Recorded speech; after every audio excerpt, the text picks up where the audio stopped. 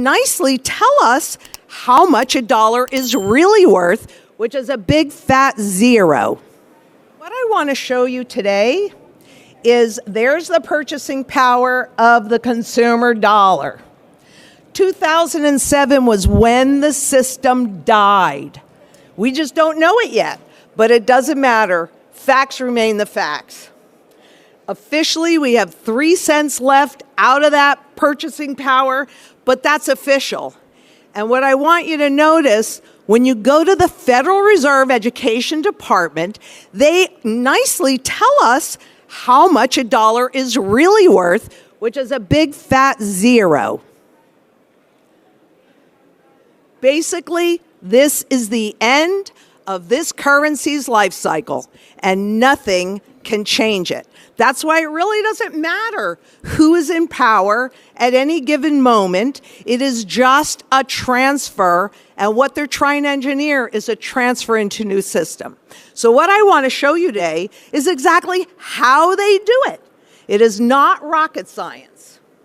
Let's take a look at those repeatable patterns when they make this shift. Because what we're talking about is money. And whether it's fiat money or sound money, it's all money, just the flip side. So what's money supposed to do for you?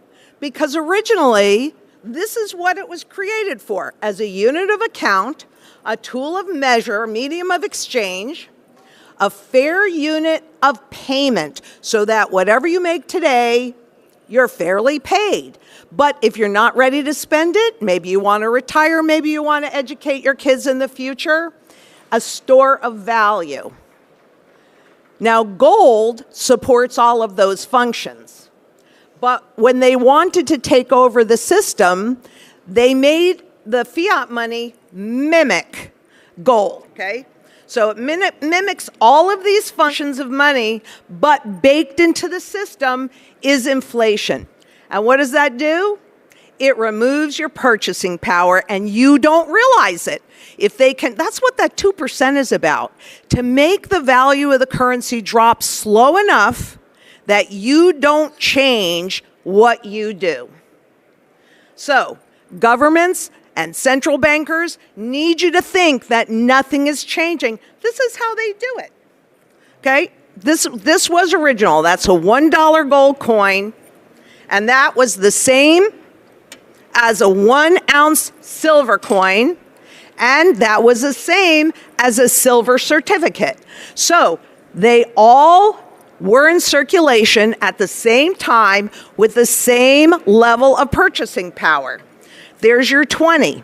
But what they also did was put in the Federal Reserve notes. And again, they allow everything to circulate at the same time so that you get used to the one that really has nothing backing it and eliminates your ability to convert it and hold the central banks and the government's toes to the fire. So you think nothing has changed, but in reality, everything has when they take away the gold and they take away the gold certificates, right? But they always sell everything as convenient. Now, many people don't realize that in the 60s, there was a run on the dollar. And I'm bringing this up specifically because you're going to see we're experiencing that same run today. That's one of the reasons why I can tell you we're at the end. It doesn't matter what anybody does. There is no saving the system. It's dead and it's sick. But there was the global run with global central banks sending in their dollars and pulling the gold out of the system. And so much so that by the time Nixon took us officially off the gold standard, there was less gold in deep storage as there was prior to the confiscation. Now, if any of you are my age, then you're probably going to remember President Nixon coming on and say, if you buy everything in America, you're not going to have any loss of purchasing power. You're not going to notice it. It's incredible. Their job is really to lie. And there you are. If you are among the overwhelming majority of Americans who buy American-made products, your dollar will be worth just as much tomorrow as it is today. Is that true? Of course not. And I'm curious, how many people in this room actually own physical gold, physical silver? That makes me happy, and it also makes me happy that there are people in here that are just new to this, that are learning why it's so important to hold it. Because we can say it together for those that know. If you don't hold it, you don't own it. Everything else is a contract. In 1971, where the population lost the ability to convert those gold certificates into gold, now global governments lost that ability. And we were on a pure debt-based system. And as we all know, what they're reporting is north of 36 trillion, but we've been compounding interest forever. So what we're looking at here is the Federal Reserve note. There are the four functions of money. This was the promise. And here's the lie. Government fiat money, debt-based, you can print as much of it as you want. Just going down the aisle, you saw how much we could print it. It's in their control, their attempt to control the rate and speed of inflation.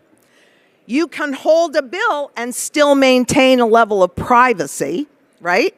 Because if you've got it in your pocket, at least at this point, then nobody really knows about it. And they're trying to eliminate that. And it has roughly a 100-year cycle, give or take. And that's typically about how long government debt-based currencies actually survive. But they removed one of the functions when they created it because do you maintain a store of value over time?